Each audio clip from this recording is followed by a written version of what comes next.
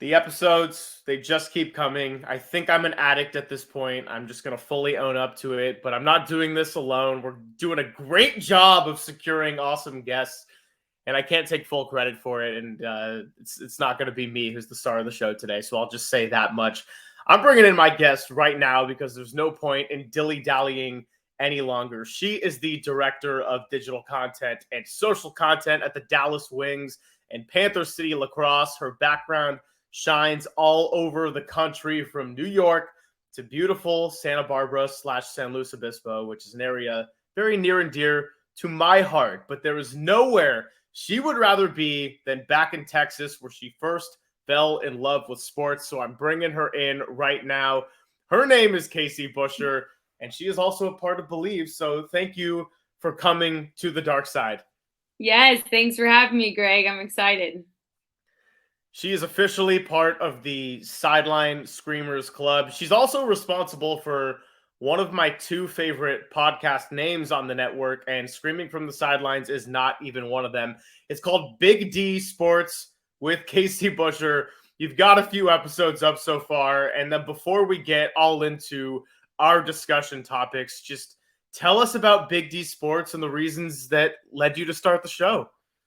Yeah, I mean, I think my big goal was to get back to Texas, whatever capacity I could. I really wanted to work in basketball full time after leaving California. So when I got the position with the Wings, I kind of thought, how can I stay connected really with the Cowboys and the Mavericks, just on like a broadcast perspective. So just started Big D Sports to talk about all things Dallas sports, and it's been fun. I need to, post as much as you do for sure, though. So got to get it up and running more. I think that is your kind way of telling me that I need to get a life somewhat. No, I think you do a great job. Your show is awesome. You do a great job. Thank you. I'm glad that I didn't get insulted 2 minutes and 12 seconds into it. So that's how I know this is going to be a good episode. Man, okay, I got to talk March Madness, and I'm not going to ask how's your bracket doing because everybody's is so badly busted at this point. But did you have a nice time watching the first 4 days? Oh my gosh, I had the best time. This was the most that this is the most brackets that I've been in, I feel like, in a March Madness. I mean, I just joined every single bracket, and every person that reached out to me to join the bracket, I'm like, I'm in.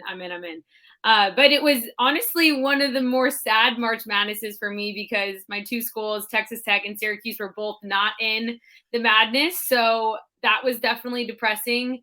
But overall, I feel like I can kind of be at peace because day after day and, throughout the tournament, I wasn't really stressed about any team necessarily because my two teams weren't in it. So, I mean, I loved the upsets. I think, with 2 1 seeds going out, that was exciting. In my bracket, though, I did take a lot of risks this year, but I picked all the wrong upsets, of course. But I took, I had to take UCSB in the first round. Had to. I appreciate the gesture, even though it didn't pan out in the results. I do feel you a little bit. I actually had both of my teams in the tournament, but they didn't get past the first round, one of them being UCSB. And obviously, I was okay with it. I think that it was nice that they showed they weren't afraid of the moment, and they really took it to Baylor in the first half. And second half, just not enough offense, few turnovers here and there. Baylor, we knew they were going to make threes at some point. So I was sad, but I was okay with it, and I was proud of our group. The one that was actually harder to swallow is the team that I've been converted to because my girlfriend's family is from Tucson, and so they're big U of A fans.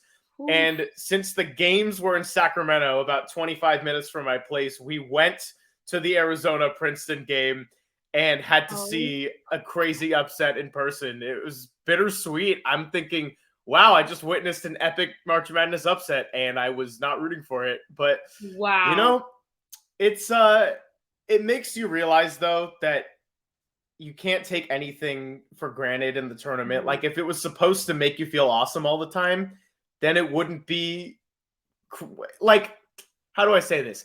I don't think it would create the same level of emotional highs. Right. And I think, I think the best thing about March Madness is like everyone truly does have a chance and history can be made every single day. Princeton, I feel like is like one of those that was a win that's going to go down in history. I feel like just forever. I mean, I don't know how many people put Princeton to win in that game, but I know a lot of people put Arizona going really far. So yeah, that's the coolest thing about March.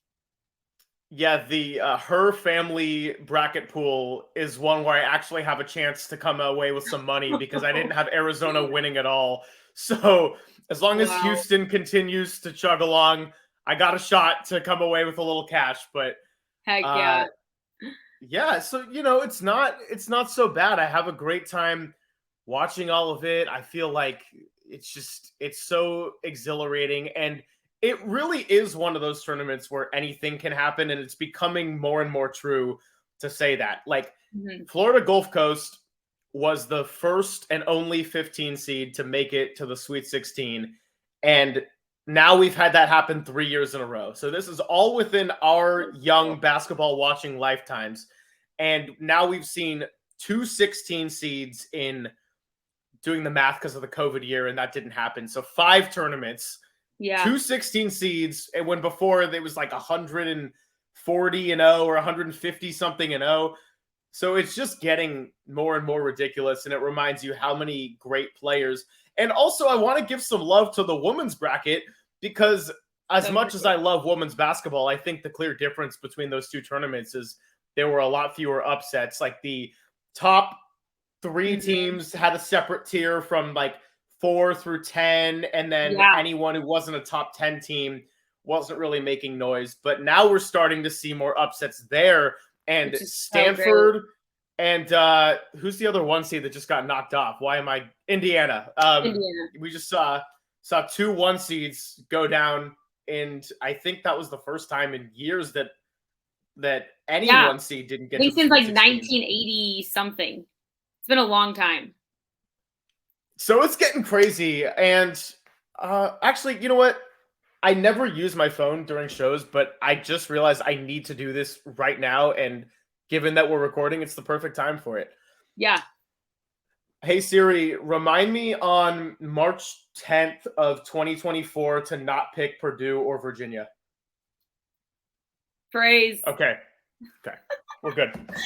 Virginia, I will forever hate so deeply in my soul because they beat us in the national championship. It's just like never going to go away for me, especially because we see them get knocked off in the first round. And you're just like, why didn't y'all do that back in 2019 whenever you beat us in the championship? So they're either getting knocked out in the first round or they're winning a national championship. I don't really think there's anything in between for them. Purdue, I'm absolutely done. No more. Can't do it. Yeah, one of my best friends went to Purdue and was watching that game in a basement with a bunch of people, and he's like, this just sucks. There's just like nothing else to say. Yeah. I mean, what do you say? It's tough. I feel you on the Virginia front because the year that they won it all, I had them losing in like the second round because the year that they lost to UMBC, I had them winning it all thinking like my thought was just, I'm going to pick a very mainstream champion so that I can at least have a little bit of hope come the second week. And I don't care if it makes me boring. And then that completely backfired. And then, oh, by the way, I forgot to put your name at the bottom of the screen. There we go. Put the name. And so then in the next year, I'm super pissed off. So I'm thinking, you're not getting past the second round. No way. And then they just like, even by March Madness standards, by the edge, just by the skin of their teeth, get through again. And then they win the national championship in overtime. And I'm just like, okay, I mean, good for them, I guess. So then this year, some time has passed, and I'm thinking, okay, you know what? Let's be nice. This team is very good defensively. I'm happy that UCSB didn't draw them. I actually think that Alabama's a beatable 1 seed, and maybe they can make a nice run. So my super smart self thought, let's have Virginia and Arizona face off in the Elite Eight. And then the second that Virginia threw that pass into the front court and this guy catches it, dishes to his teammate, and I know he's about to shoot. I'm thinking all in the same half second. This is totally going in, and it is so sick. And for a team that hasn't made the tournament since 1980 in Furman, this is going to be just so awesome. And B, you are such an idiot. Like, why in the world did you ever think this wasn't going to happen? Right. Oh, yeah. I'm over it. I'm done with him. But hopefully next year I can actually pick the right underdogs. Like Iona, I put them in like the Sweet 16. I was like, yeah, let's go. It's Patino. Let's go. But it's so fun. Yeah. Nothing like it. It's the best time. Like, I had Drake winning and I had Kent State winning as my upset Yeah. picks, and then that didn't happen. But also, like, the end of the day, whatever. Like, the bracket will hurt your heart for 24 hours, but then you just forget about it and you go into the next year totally blind. But the worst thing that I did was I had Houston like for a week. And then the day before, I switched it to Kansas because I was there last year when Kansas won it all. And like, I just felt it. I was like, yeah, they're going to repeat. Let's go. And I changed it the day before. And I didn't realize Bill Self wasn't going to be coaching in the last, like, in the game that was just played. I thought he'd be back by then. Ugh.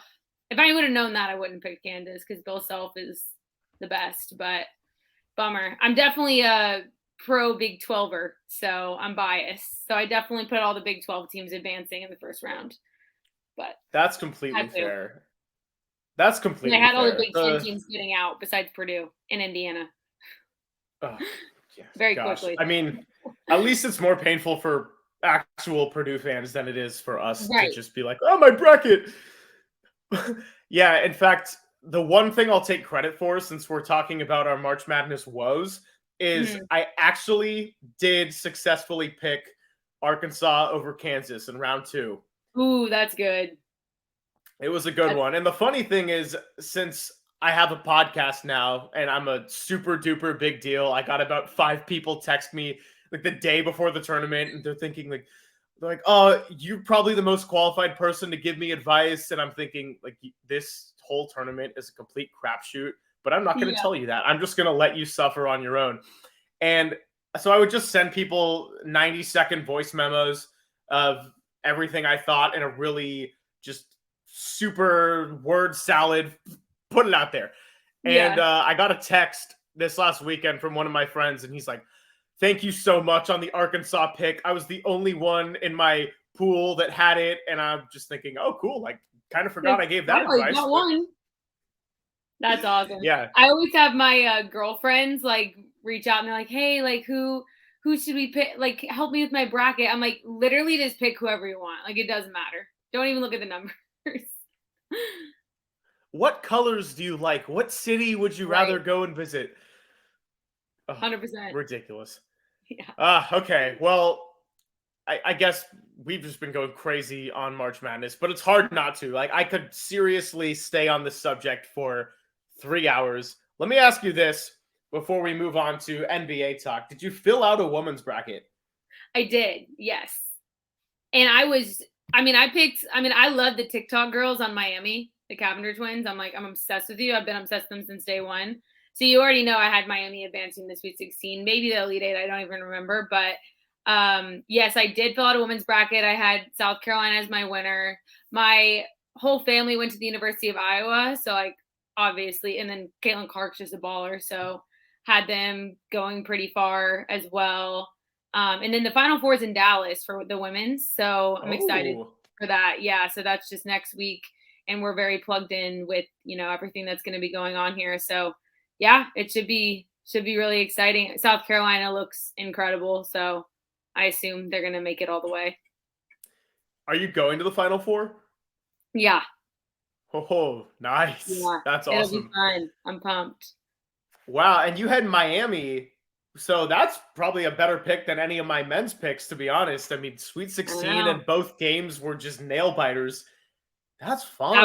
That was crazy. I mean, it's so good for women's basketball, though, that we're having these upsets in the first 2 rounds, because growing up, there was 4 dominant schools and like 4, 6 dominant schools, and they would always, advance to the end, essentially. So it's like to actually have upsets in the first 2 rounds, it's so good for women's basketball, and it's not blowouts every single game. It's like the best is so good, and then like the worst is really, really bad, versus like men, it's a lot closer, at least it was in the past. So yeah, it's really good for women's basketball that games are a lot closer now in the beginning.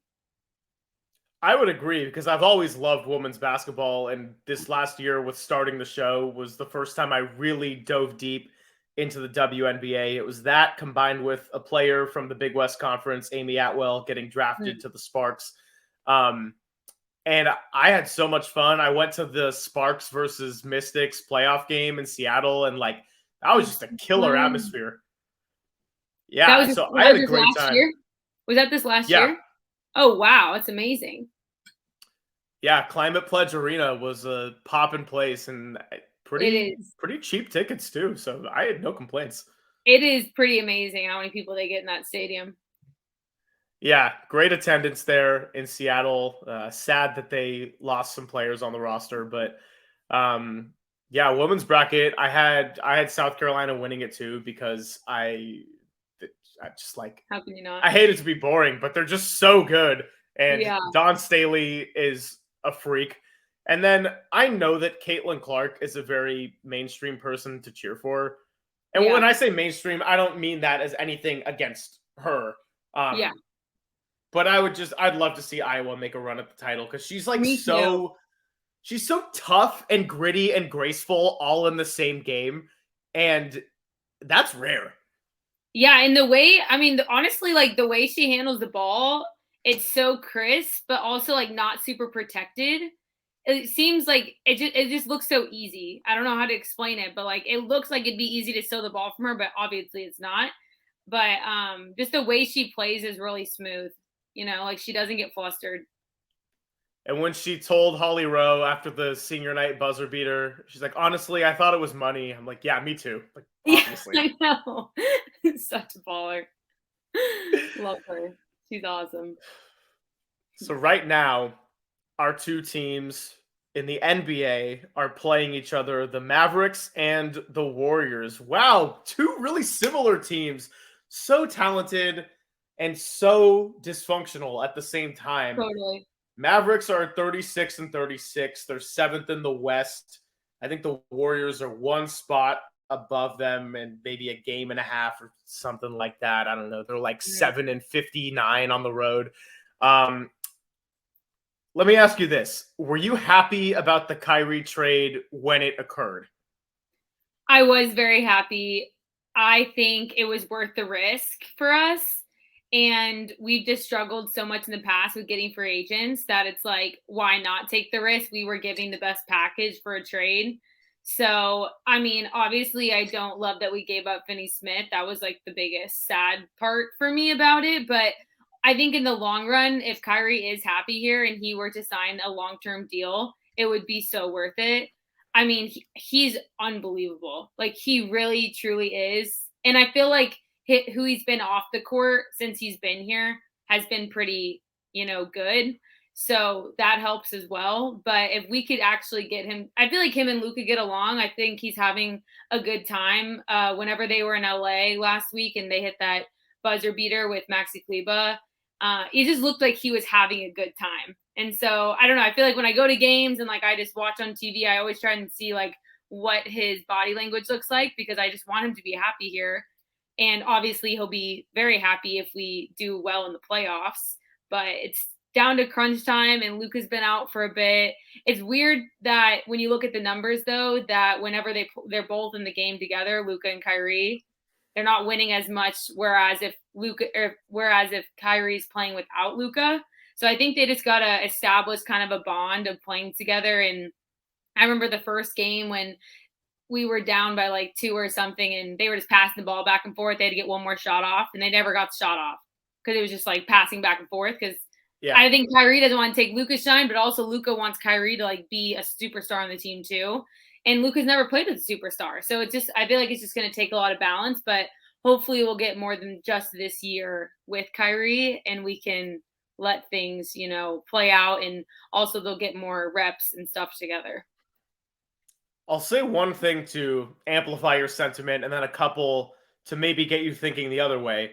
The one thing that I think is totally valid and not worth being concerned about is the fact that they're still figuring it out. It's two very ball dominant stars. Luka is 24. He's like 6 weeks older than I am on the dot.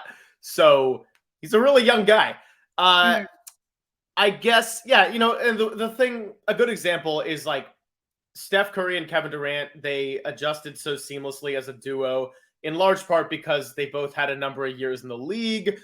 and were both MVPs, but also Steph Curry plays off the ball so well. So it just, the Mhm. style of play worked really well. That's not the case with every single star pairing that happens, Right. especially two guards and two Mhm. ball dominant guards at that. Kyrie is very great in transition and he's helped Dallas in that regard. Luka plays at a little bit of a slower pace that can ISO up with anybody in the league, has the second highest usage rate, or at least did the last time I checked. Yeah. So that's something. The one thing I would be concerned about as a Mavs fan is that, as well behaved as Kyrie has been since he got to Dallas, and you mentioned he looks like he's having fun, I think we've seen with Cleveland, Boston, and Brooklyn, the decline and sudden downfall happens very quickly. And it's kind of just one thing that can really set it all off. And so, Yeah. does that concern you at all? Because this is a guy who hasn't played more than 60 games in a season. First year in Brooklyn, or first year Yeah. with KD, it was injuries. Then it was the vaccine. And then it was posting stupid things on social media. Yeah. I think honestly, it's worth the risk because our roster was never going to get it done. I mean, again, like I did like Dorian Finney-Smith, but like I didn't like him enough to not get Kyrie. As a human, he's awesome, but like just in general, I just like Luka just needed a superstar so badly. I mean, we could have waited and then tried another free agency again, but it's like we've been trying. Like Luka needed I mean, he really needed like a Bradley Beal type of a player, probably not like a Kyrie Irving, but I think it's worth the risk in hopes that it does work out with the two of them. And I think that's kind of how the Mavericks felt too. Because also, I mean, what I was most worried about was Kyrie coming here and having situations off of the court and making Luka upset because we need Luka more than anything and we need him to stay here no matter what and be happy. So, because I mean, who knows? Like this stardom could get to Luka's head at some point. Like we don't really know how. I mean, we were just lucky with Dirk that Dirk just continued to take pay cut and pay cut and pay cut to get superstars. We just sadly couldn't get any, really. So I don't know. I think honestly, it's worth the risk in hopes that he doesn't at any time just flip a switch. But I think it was worth the risk. Yeah, we're gonna find out a lot more really soon. I mean, they've had their fair share of ups and downs. Luca is just plain ridiculous. Mhm. Uh, this episode, by the time it comes out, this won't be their most recent game. But Yeah. in speaking in the present tense, the most recent game before the playing the Warriors right now was a brutal loss because even though beating the Grizzlies at the FedEx Forum is not an Mhm. easy feat, the Mavs were outscored 29-12 in the fourth quarter, which resulted Mhm. in a 4-point loss. I am curious from your vantage point, how far does this team have to go for you to head into next season with a positive attitude? It's tough. But also the problem is really is like our roster's just not good. Like we're just straight up not good. Christian Wood has been like basically benched and like isn't even starting most games. And so that is like making a lot of fans mad and super confused because why are we not starting Christian Wood? Especially when there's been games where he's played for 20 minutes and had 20 points. So but I feel like the problem is like with so many of our players, it's so inconsistent. Like we have Dwight Powell dropping 20 points one night, and it's like, where did that come from? Hardaway is like so inconsistent as well. It's just like you never know. Like what I always said with like Dirk and Luca, like they needed someone who was going to consistently drop at least 20 points a game, and then like another guy who's going to drop like 15 to 20 points a game. I mean, essentially like a super team, basically, but at least like a three rotational group that's going to be dropping a good amount of points a game and know that you can rely on them. And so that's the problem. We have Luca out in Memphis, and it's just Kyrie and he doesn't really have like that second guy that's going to be stepping up. And also like Memphis in the fourth, it was so electric. I feel like with like Ja being back like on the bench and stuff, like that was really exciting for the fans. It trickled down very quickly in the fourth quarter though. And there was points where I just saw like Kyrie walking and he was just like totally ticked off and like did not want to be there. But we needed that win so bad. I felt like the Lakers game though, with getting that buzzer beater win, it kind of felt like, okay, like maybe we can get on a little stride here. So the Memphis loss was really tough. I think if we can win tonight, and given that the Warriors kind of don't play the best on the road this season, that hopefully will help us. But obviously, Kyrie's out, so we'll see what happens. But it's good that Luke is back. Yeah, I would take the over on Luka points, even though it's probably set at like 32 and a half. So, geez, I know. I don't understand it. But then the Warriors also go and play the Sixers, who are red hot. They play them at home on Friday. And if they win that game, or at least make it really, really close and look like a championship team, that won't surprise me either. Right. But I do not understand them. But they're going to have to win road games because they're not getting a top 4 seed in the West. For Dallas, is winning one playoff series enough to hold your optimism, or do you feel like it's got to be more than that? Honestly, I think I'd be really happy with that. I think it depends also, like, are we in the play-in or not? If we're not in the play-in and we win one series, that's not great to me. But I feel like if we're in the play-in and then win a playoff series, that makes me feel a little bit better, I just don't know if that's enough for Kyrie to be happy to sign a contract. That's what I'm worried about. Yeah, so I feel like if we try to dissect that on the show, what's good for Kyrie, this is going to go well beyond 26 minutes. I know. But yeah, I don't know. I think I would take that. And also it depends who we're playing. Right. That is true. But I know. Definitely I don't need even know what the bracket's going to look like. I know. It's absolutely chaos. Like 4th to the 12th, I think it's 4 games in between.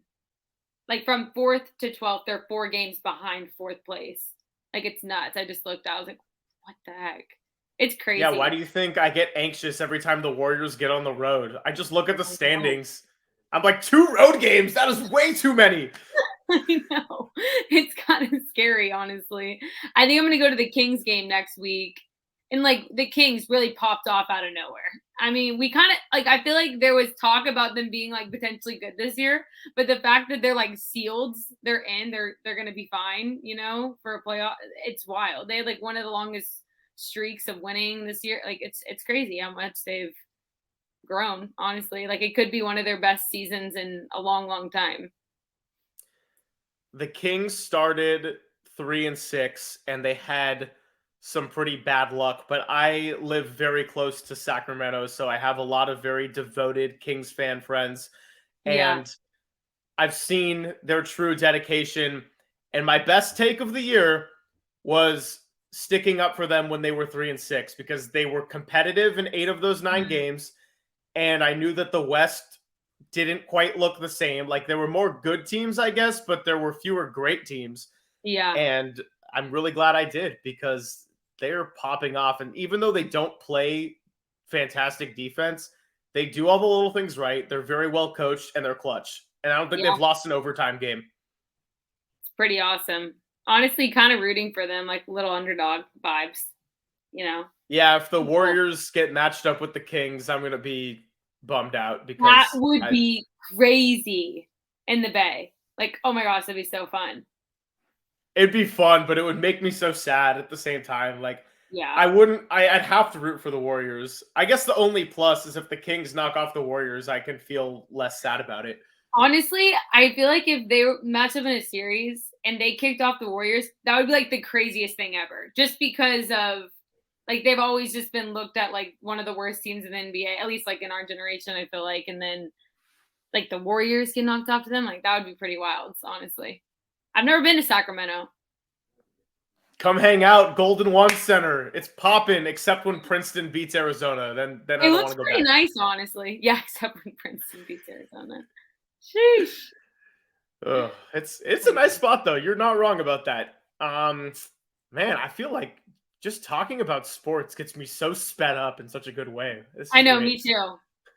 It's so great.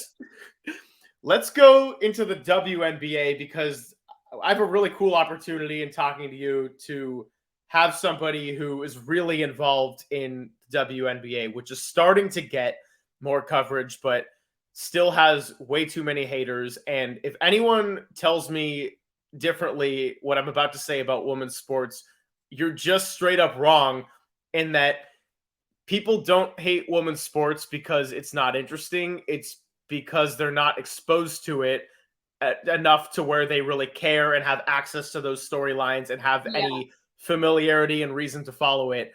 And so there's just less attachment overall. If you disagree with me, you're stupid, and you're probably the type of person that just I'm never going to bond with over sports anyway. So I'll get that off my chest. But you work for the Dallas Wings, and I mentioned going to Seattle for a playoff game in last August. How has it been working for one of the 12 teams so far? So I came in November, so we were well over the season, but a good amount of the players I've been able to meet so far in the off season. I feel like it's such an exciting league to work for right now. Honestly, I've never covered a WNBA game. I've been to one in my life when we had a team in San Antonio. I literally was so out of touch with the WNBA, honestly. And like, I feel like it's always a league like I would have totally been down to work with or like cover. I just never really had the opportunity to. But it's really an exciting league to be a part of right now because of how much it's grown. Like the Wings alone have 4 ABC games this year, and like that's pretty wild. Like just in like years past, that to say that we have 4 games on ABC is really great. There's a lot of things that are like I'm finding out right now, and I'm like, wow, like that's messed up. Like for an example, I didn't know that women's college players had to be in school for 4 years before going to the league. So the men only have 1, right? Like why? Like obviously they're not making the funds that a man would if he comes to the NBA, but like they should just have the option, right? Like why does that matter? So I find that very interesting since I've been working in the league. Also, for people that say really terrible comments on ESPN posts of women's sports and stuff that are just like so out of pocket, like I don't know why they care so much. Like, why do you care that ESPN's posting a woman playing basketball? Like, why does it matter? Like, I don't even understand like why. Like, honestly, like you taking the time to type a comment on like a W post that's just rude. Like, isn't that like a waste of your time? Like, why do you care? And Yeah, also they just have even less of a life than I do with putting out all these episodes. right. No. But like honestly, you're just upping the traction. Thanks for another comment. Like you're just boosting engagement. So thank you for the comment. So yeah, I don't know. It's like very odd to me. I also don't know why there's some sudden drop off for like, Enrique Agumbwale is like our star player on the Wings. And she was the one who made like the 2 clutch shots for Notre Dame when they like moved on the national championship and won. Like I still remember being out in Lubbock one night and like I was watching that game on TV. I was like, holy crap, like that's so sick. Like you just don't really see, crazy things like that in women's sports if it's not on TV. So like it was on at the bar and like I saw it and it was so cool. But like her fame at Notre Dame, I feel like her fame's transferred pretty well to the W. But like in years past, like with some certain players, I feel like the fame doesn't carry. So like Caitlin Clark right now, everyone knows her name. But like, is that fame still going to carry on to the league? For some reason, with some players, the fame doesn't continue into the league. And obviously, I feel like honestly, to a T, like NCAA women's basketball is more popular than the WNBA. So there's some kind of a disconnect there. I don't know why, especially because in the summer is when the league's playing and there's no other sports going on. So it's like, why aren't more people wanting to watch? And like games aren't that expensive to go to. Like, aren't you bored sometimes in the summer? I don't just want to go to a game. I don't know, but there's so much fun to watch. And I feel like the best part about the league is like the characters that we have in it and like the personalities. So I think that's kind of going to be the draw for the WNBA. And like, that's what I want Dallas people to recognize about our players. I want them to like know who they are off the court, because obviously we have a couple girls that can dunk, but like you might not be seeing a dunk after dunk every game. But if you like who they are as people, maybe you'd want to come and support them. So that's kind of like the push that I'm trying to make. But it's an exciting league to be a part of just because of the exposure that we're getting now. And also I feel like it's cool to like be a WNBA fan. Like it's cool to wear the orange hoodie and have like to be an NBA player supporting the WNBA, like it's cool if you show up to a game because it means like you're like woke and like up with the times. You know what I mean? So it's exciting in that regards because I feel like maybe in the past it wasn't cool to like be a fan of the WNBA, but it's becoming cooler, you know? So I hope it keeps trending in that direction because the women deserve it and like the league's really awesome.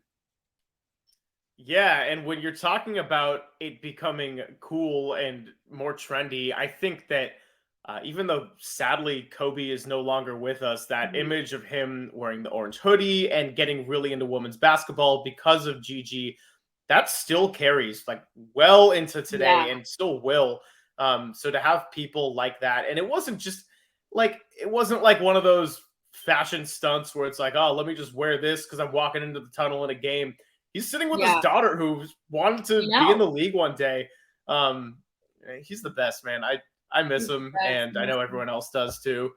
Uh, but yeah, that's a really good example of it. And actually, I've told this story on the show before. When I started up, I think my first 5, 6 episodes were very WNBA centric because it was going on during the playoffs.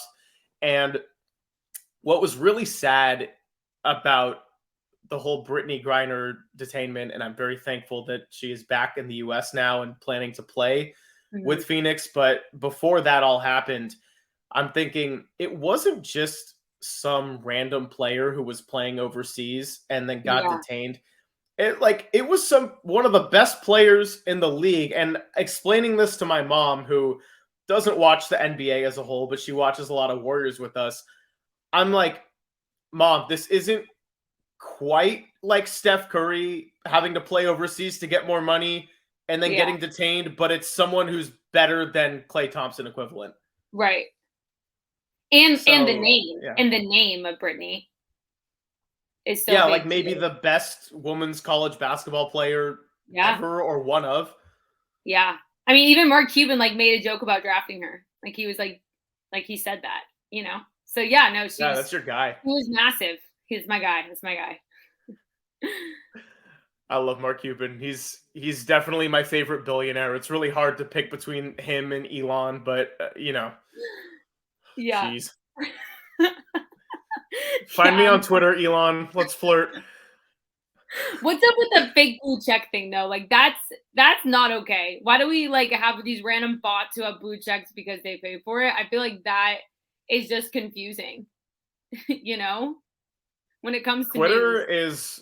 is Twitter before Elon was a pretty toxic platform and environment, and Yeah. now it's not getting better. No, it's literally still bad, honestly. I kind of don't get on there that much. It kind of is exhausting. I should, but I just don't. I just have Woj and Shams tweets on alert and Adam Schefter, and I'm good. I don't need to be Yeah, on there that much. I try not to get lost in the hole because it's so easy to. But when UCSB played, I was like, no social media until the game's Oh over. yeah. Nope.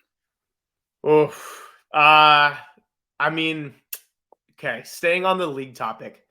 Like a lot of the offseason focus has gone to the Aces and the Liberty, who are now Yeah. entering the season as the 2 title favorites. But the Wings put together a nice season last year, and they got some new additions to the roster. And I think that Diamond DeShields being signed this offseason is a really cool story because of what she's had to overcome in Yeah. really tough battles. Like, for those who don't know, in 2020, she had surgery to remove a benign tumor from her spinal cord. And in the rehab process, she suffered from full body tremors and had to relearn how to walk.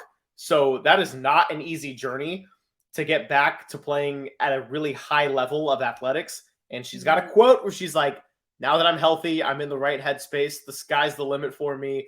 I'm going to come out here and do everything I can as I got this Dallas across my chest. So have you gotten to know Diamond DeShields much since you started? I've been with her. I've been around her twice. So we did kind of like a content shoot with her. So got to be around her a good amount. We didn't get in too deep into her story. I feel like whenever the season starts, I want to have like a sit down with her and really dive into it. ESPN did an amazing feature on her and it was really, really good. So I think a lot of Wings fans probably don't know that. And like people in the area don't know her story. So I want to kind of dive into that so people can know about her. But she's amazing. Her brother played for the Rangers, so like the Shield's name is definitely known around here. So yeah, I'm really excited for Diamond to join our team. I really think that we're kind of like the next team who's building a super team. Like Natasha Howard has won championships. Arike's incredible. Satu's incredible. And now Diamond being added as well. And Tiara McCowan, she's going to be great too in the post. So we have a lot of really good talent. And I feel like not many people are talking about that, because it wasn't like a massive Breanna Stewart trade or a Candace Parker trade. I feel like the Aces got so much talk, obviously, by winning last year, but Candace Parker is probably the most known name in the entire league. So if you're acquiring Candace Parker, I mean, yeah, you're probably going to be talked about a lot. So yeah, there's a lot of talk about the two of them, but I really think like we're like the next team that people are going to notice, like, dang, they're freaking stacked, because we really are stacked. Yeah, they made a nice splash last year, and I know Arike was hurt come playoff time, and I think she did come back for the elimination game, but they didn't end up beating Connecticut. And Mabry was super fun to watch. She kind of had an edge to her that I wasn't really aware of, but she was kind of feisty, so that was fun. Great playoff basketball. Yeah, we're going to miss her for sure. She was so good on the outside. I think it's so cool that her and Arike played at Notre Dame, and then like in the championship game they played against Tiara McCowan. So it's kind of wild just like seeing how their careers have played out and everything. But Marina will do great in Chicago. But yeah, it'll probably be weird for her not playing with Arike. So it'll be interesting. But yeah, I'm glad they made the playoffs last year. I feel like that's just kind of like the stepping stone now for the future for the Wings. So yeah, it should be good. Do you have any prediction on who they might select with the third pick? I don't know. I don't know. There's so many good players really right now, I feel like, in the NCAA tournament. And the wild thing is like with these upsets, right? Like there's probably some players that, you know, WNBA teams are looking at that maybe they wouldn't have known about, right? If they wouldn't have been upsets. So that's pretty cool, because I feel like, you know, everyone knows about the main top people, especially because there isn't a ton of TV broadcast games in the NCAA for women. So it's like to get that recognition and be on bigger stages now with those teams that made upsets. It's like now they get a chance to kind of make a push here.